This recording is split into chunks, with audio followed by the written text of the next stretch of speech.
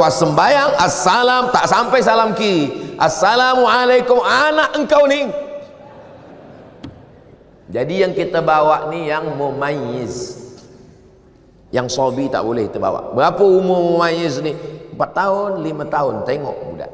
Berapa budak. Ada pula puan bercakap, saya Pak Ustaz, jangankan anak, laki saya pun belum mumayyiz lagi. Na'udzubillah. Apa hal ni? Ini. Jadi kita bawa. Nah, mumayyiz ni di mana sab dia? Budak yang mumayyiz belum akil baligh, dia sebenarnya tidak memutus sab kalau cukup 2 syarat. Jadi kalau ada orang sembahyang, dia letak anak dia di sebelah, sebenarnya budak ni tak memutus sab. 2 syarat. Syarat yang pertama, budak ni dah berkhitan. Jadi kalau budak kecil lahir 8 hari, akikah 7 hari, berkhitan, maka sesungguhnya sudah bersih. Yang kedua, wuduk dia betul. Kenapa budak-budak kecil kita larang? Budak kecil belakang, sebab dia tak cukup 2 syarat. Saya tengok budak kecil, budak tadika, dia ambil air, ambil mata dia je, kaki dia sipak-sipak air, ayah dia tak tengok. Yang kedua, budak kecil di tempat kita banyak belum berkhitan, dan tak mungkin pula ada satu security di pintu cek, dah ni dia hafal, ini belum, ni belakang. Macam mana kita tak tahu? Jadi sebab kita tak tahu budak ni wuduknya betul ke atau tidak, apakah dia ada berkhitan belum, maka untuk al-khuruju minal khilaf, supaya keluar daripada khilaf, budak kecil buatkan satu saf di belakang supaya tak putus saf belakang. Budak kecil. Tapi budak kecil ni kalau dia saf belakang meribut, tidak. Masjid tempat saya, Masjid Agung An-Nur namanya, budak kecil tenang. Saya tazkirah Ramadan, budak kecil tenang. Saya heran, kenapa budak kecil tenang? Rupanya di belakang ada satu bawa rotan. Apa sembahyang? Saya tanya, oh patut budak ni tak meribut, engkau pukul? Tak ada Ustaz, kita tengok aja. Di muka Ustaz saya senyum, tapi muka budak ni. Ni tentang budak kecil, kita bawa ke masjid. Kalau di masjid masih ada budak kecil, berbahagialah. Berarti apa? Masjid kita 20-30 tahun lagi tetap ada yang iktikaf kajian duha salat berjamaah. Allahu Akbar.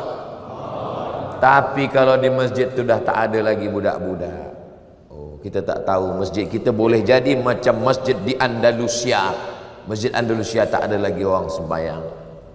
Datanglah turis datang ke Andalusia, dia tengok dah jadi museum, tak ada lagi orang sembahyang. Dia nak sembahyang pun tak boleh, forbidden, tak boleh sembahyang.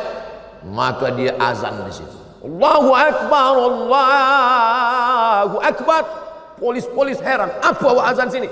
Batu-batu ni dah rindu lama tak mendengar azan. Jangan sampai masjid kita menjadi masjid seperti di Andalusia, sebab tak ada lagi budak-budak sembahyang. Tapi tetap kita atur, jangan sampai balik dari masjid semua naik, marah naik. Kata puan di rumah, abang ke masjid nak hilangkan setan, aku berjumpa setan di masjid.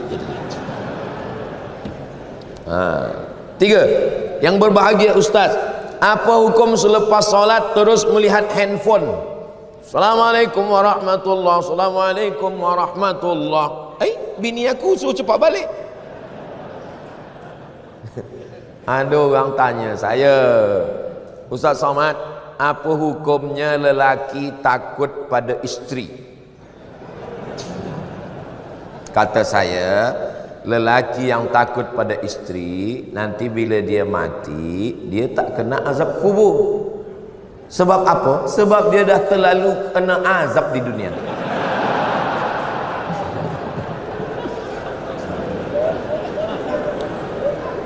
Yang ini tak usah ingat, yang lain tadi aja ingat. Sembayang tu apa? Apa sembayang itu? Aqwalun, ucapan, maknanya Al-Fatihah, rukun. Wa af'alun, perbuatan, tegak, mengangkat tangan, ruku, i'tidal, sujud, duduk antara sujud, salam, tasyahud. Mufattatahatun bitakbir, dibuka dengan takbiratul ihram. Wa muhtatamatun bitaslim, ditutup dengan salam. Itulah sembahyang. Assalamualaikum warahmatullahi, Assalamualaikum warahmatullahi. Sembahyang dah selesai. Tapi dia tak ikut sunnah. Sunnah paling elok doa. Bila doa yang paling afdal ya Rasulullah? Ba'dal maktubah, ba'dal faridah, selepas salat fardu berdoa. Berzikir dulu. Astaghfirullahaladzim, subhanallah, subhanallah, subhanallah, alhamdulillah, alhamdulillah, Allahu akbar, Allahu akbar. Habis itu berdoa. Kenapa tak berzikir? Bila kita berzikir, malaikat-malaikat turun. Malaikat menengok orang berzikir, memanggil malaikat yang lain, halummu ila hajatikum, inilah yang kamu hajatkan, yang kamu cari-cari. Malaikat pun ikut berzikir dan mengaminkan doa. Doa kita itu pun diaminkan. Ad-da'i yang berdoa, wal mu'ammin yang mengaminkan, fil ajri sawa, balasannya sama, maka aminkan. Allahumma inna nas'aluka salamatan fid din, amin. Aminkan. Ini banyak sekarang tak mengaminkan. Bila ditanya, kenapa engkau tak aminkan doa imam? Imam tu minta hujan ustaz. Saya berniaga ais krim. Yang kita minta bukan hujannya, rahmatnya, barokahnya. Ini lepas sembahyang tak ada lagi berdoa. Assalamualaikum warahmatullahi wabarakatuh. Assalamualaikum warahmatullahi wabarakatuh. Macam ayam nampak padi. Kenapa engkau tak berdoa? Kenapa awak tak berdoa? Doa yang lama aja belum terkabul lagi. Berdoa. Kata Imam Sayyidina Umar bin Khattab, aku tetap berdoa karena doa itu adalah ibadah. Doa silahul mu'min. Nah, jadi adab dia kurang adab dia. Ustaz, bagaimana kita nak tahu kita rasa Allah ni redha dengan kehidupan kita? Dalam kitab Ar-Risalah Al-Qushairiyah kata ulama, aku tahu bila Allah ridha pada aku. Macam mana engkau tahu bila Allah ridha pada engkau? Aku tak tahu sembahyangku diterima Allah atau tidak. Aku tak tahu hajiku diterima Allah atau tidak. Tapi aku tahu bila Allah ridha pada aku. Macam mana engkau tahu? Bila aku ridha menerima takdir Allah, maka saat itu Allah ridha kepada aku. Apa itu ridha menerima takdir? Sururul qalbi ala madaratil qada. Hati senang, hati bahagia menerima ketetapan Allah Subhanahu wa taala. Ini berat. Banyak orang hanya pada level sabar. Kalau sabar itu hanya menahan tapi tak bahagia. Yang lebih daripada itu di atas sabar adalah ridha. Senang hati, lapang dada, tak sempit jiwa menerima takdir Allah. Dia tidak menengok ketetapannya, yang dia tengok siapa yang membagikannya kepada dia. Ini berat. Doakan supaya Ustaz Somad boleh ridha menerima ketetapan Allah. 5. Saya ingin bertanya, bagaimana mahukan rumah tangga yang bahagia di sisi Allah? Puan, ada 5 hak pada suami. Tuan, ada 5 kewajiban. Kalau dilaksanakan, insya Allah kita boleh bahagia. Pertama, bagi makan. Yang kedua, bagi pakaian. Yang ketiga, bagi tempat tinggal. Yang keempat, bagi pendidikan. Yang kelima, bagi perhatian. Sebab perempuan ni nak diperhatikan. Dia tak pernah memuji saya, Ustaz. Ada orang lain yang puji, hati saya terpaut. Kenapa engkau jalan dengan dia? Dia dah macam abang saya, dia dah macam saudara saya. Berawal dari macam-macam, berawal dari macam, berakhir jadi macam-macam. Maka kalau kita jaga ini, insya Allah. Khuliqatil mar'atu min dhila'. Perempuan ini diciptakan dari tulang rusuk. A'wajuha a'laha. Tulang rusuk yang paling bengkok bagian atas, itulah perempuan. In akhadta aqamtaha kassartaha. Kalau kau nak paksakan dia lurus, dia akan patah. Bila kau ikut, kau akan jadi bengkok.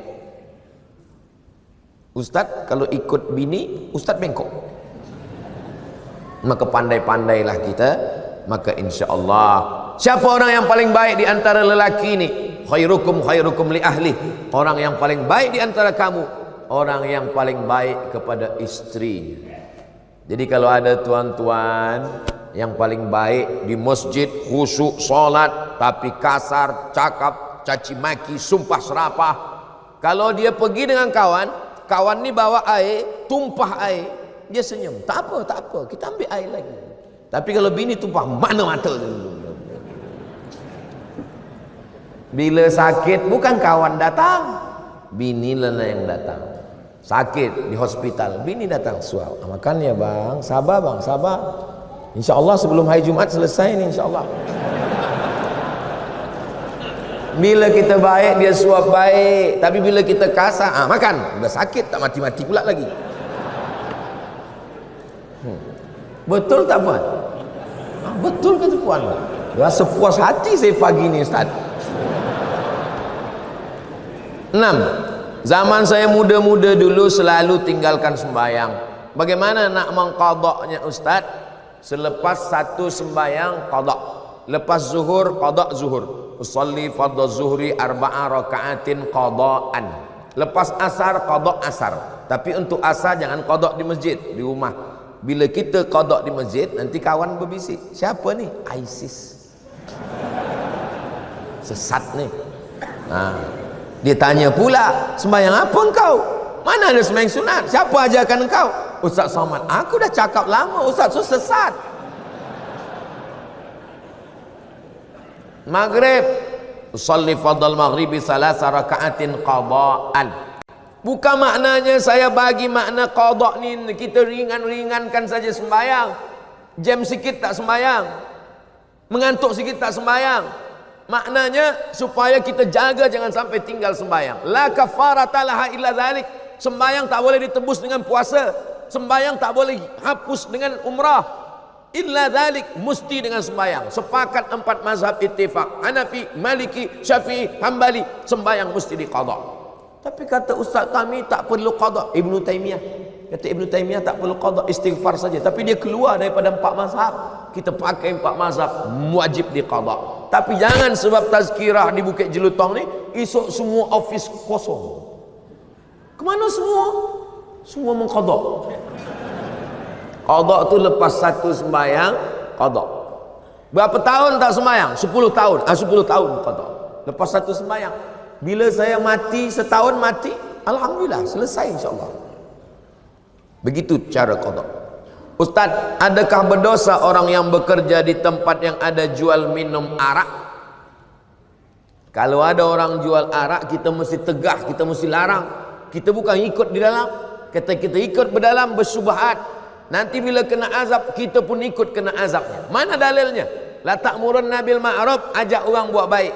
Wala tanhauna 'anil munkar, larang buat munkar. La yusikanna ayyab'atsallahu 'alaikum iqaban. Bila kau tak larang, maka nanti Allah turunkan azab, kamu pun terkena azabnya. Summa tad'unahu, kamu berdoa, selamatkan aku, fala yustajabu lakum, doa kamu tak dikabulkan Allah. Man ra'a minkum munkaran, kalau kamu tengok orang jual khamar, tegah dengan apa? Biadih, dengan tangan. Fa illam yastati, kalau tak sanggup, fa bilisani, dengan lisan. Kalau tak sanggup, fa biqalbi. Malaysia negeri Melayu Islam, banyak tempat mencari nafkah, cari yang halal. Yang kita cari rezeki ini adalah wa barakatan fir rizqi. Yang ada kuasa tegah, yang tak ada kuasa dengan lisan. Dengan lisan tak sanggup, dengan hati. Tapi jangan kita ikut di dalam. Mendengar khutbah Jumat, ada yang menengok handphone. Apa hukumnya? Man la'ibal hasa fala jum'ata lahu. Siapa yang main-main batu, maka tiada Jumat baginya. Man la'ibal hasa faqad lagha. Siapa yang main-main batu, dia dah sia-sia. Dulu lantai Masjid Nabawi tak ada hambal, tak ada semen. Masa tu batu. Khatib sedang berkhutbah, dia main-main batu. Kata Nabi, man la'ibal hasa faqad lagha, sia-sia. Idza qulta li sahibika ansit, kau kata pada kawan sebelah engkau, diam, faqad laghauta, kau sudah sia-sia. Jadi sia-sia. Handphone matikan dulu. Ada kawan saya dari Belanda, Holland, kata dia di sana orang tak ada main handphone, dan kemudian tak ada bunyi handphone sedang sembahyang. Saya tanya, kenapa mereka boleh disiplin macam tu? Sebab ditulis di dinding, siapa yang tahu main handphone bayar 100 pon ke 100 dolar 100.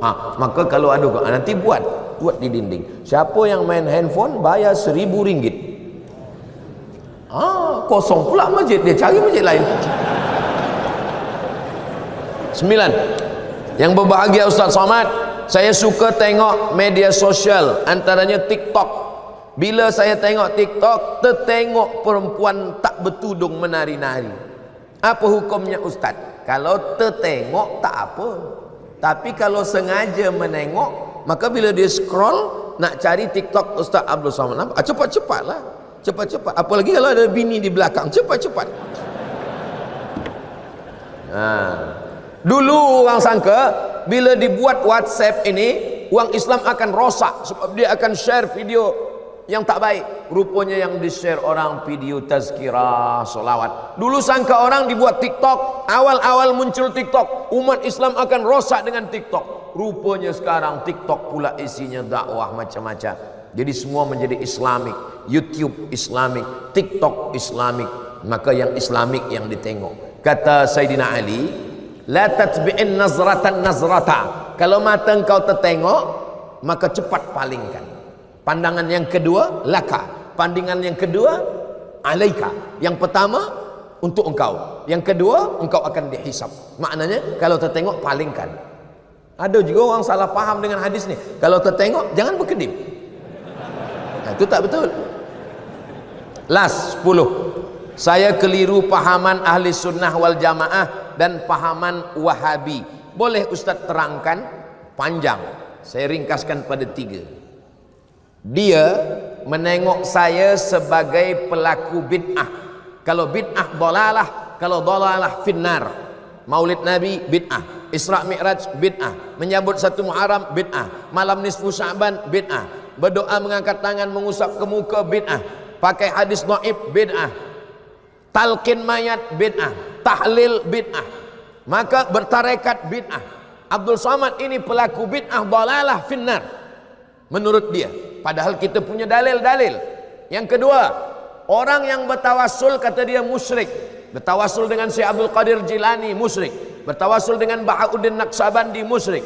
Bertawassul dengan ulama-ulama musyrik. Padahal ulama Ahlus Sunnah wal Jamaah menyusun kitab. Muhaddis dari Maghribi Syekh Abdullah bin Siddiq Al-Ghumari menulis kitab Ittihaful Azkiya bijawazit tawassul bil awliya wal anbiya. Boleh bertawassul. Aku bertawassul kepada engkau ya Allah dengan kemuliaan Syekh Abdul Qadir Al-Jilani. Mereka mengatakan orang yang bertawassul berarti dia musyrik karena dia meminta kepada wali-wali Allah. Yang ketiga, mereka mengatakan orang yang mentakwil ayat mutasyabihat kafir. Sedangkan Asy'ariyah mentakwil ayat mutasyabihat. Ar-Rahman 'alal arsy istawa. Allah duduk di atas aras. Siapa yang memahami Allah bertempat duduk di atas aras, maka dia adalah mujassimah menurut Asy'ariyah. Lalu apa makna Allah bersemayam di atas aras? Maknanya Allah Maha Kuasa. Kata dia tak boleh ayat ini ditakwil. Siapa yang mentakwil ayat berarti kafir. Itulah percanggahan yang membuat kita tak boleh bersatu. Dia tengok saya sebagai pelaku bid'ah, dia kata saya ni sebagai orang musyrik kerana bertawassul, dia katakan saya ni sebagai orang kafir kerana saya mentakwil ayat. Maka tak boleh kita bersama sebab ada 3 perbezaan yang amat sangat mendasar. Di akhir majlis mari kita sama berdoa kepada Allah. Mudah-mudahan Allah berikan kebaikan-kebaikan Muharram untuk kita semua. Allah jaga keluarga kita, negeri kita, baldatun thayyibatun wa rabbul ghafur. Ala hadhihi niyyah wa kulli niyatin salihah. Al-Fatihah.